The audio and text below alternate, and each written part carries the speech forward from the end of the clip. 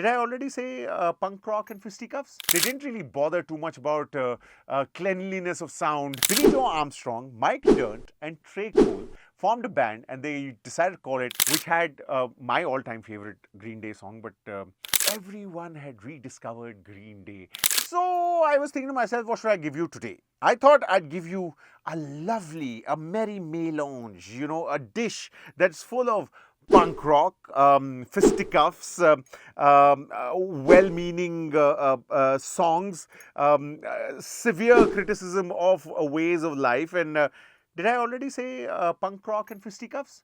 Oh yeah, because on this edition of Second Song, the band that we're talking about is Green Day.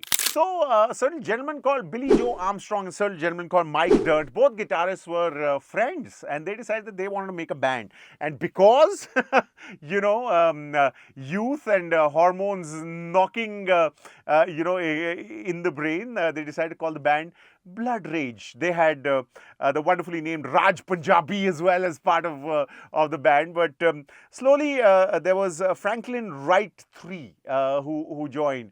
That didn't really sound like too much of a punk rock name, so he called himself Trey Cool. And thus, Billie Joe Armstrong, Mike Dirnt, and Trey Cool formed a band, and they decided to call it Green Day. And that's the band that we're talking about today.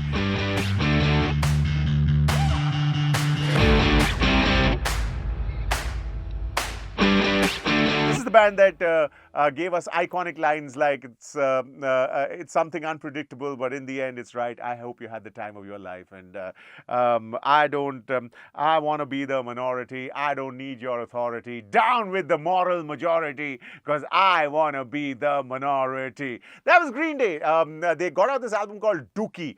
Huge hit, triple platinum. Everyone was singing the songs. Time of Your Life became a spectacular hit. There was also Basket Case, Do You Have the Time to Listen to Me Whine About Everything and Nothing All at Once. Basically, self-deprecating lyrics, keeping to the traditions of punk rock, which was basically raw sound and raw emotion. They didn't really bother too much about production values. They didn't really bother too much about cleanliness of sound.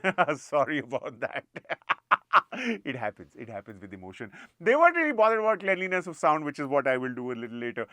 They were bothered about putting raw emotion out so that people could feel it the way they did. And a generation felt it.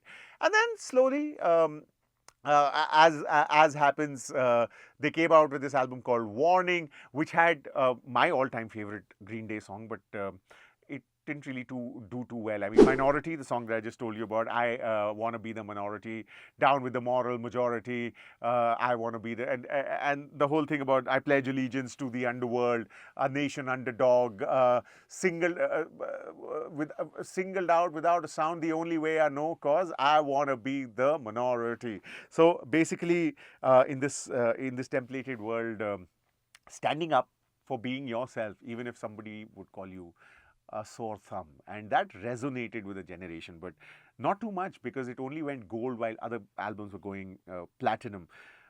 They had a brief period of ignominy, no, that's too harsh a word actually. They had a brief period of not being very famous, and then they came back with American Idiot. There was Wake Me Up When September Ends, and everyone had rediscovered Green Day, and inner pseudos like mine were scoffing a little, because we knew where it all began, in the lap of punk rock, in the heart of the loudest, the warmest, and the most honest, arguably, subgenre of rock. And that's why I thought I'd tell you the story of Green Day on the second song. If you do choose to listen to their songs, if you do choose to listen to what I just said and go ahead and press play on some more music, let us know. I mean, subscribe, comment. Sarthak from Radio is my Instagram ID in case you want to follow.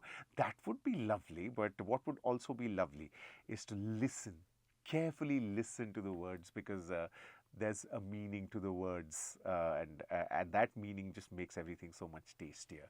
Okay, enough said. Thank you for watching. Have a great time. 94.3 Radio 1.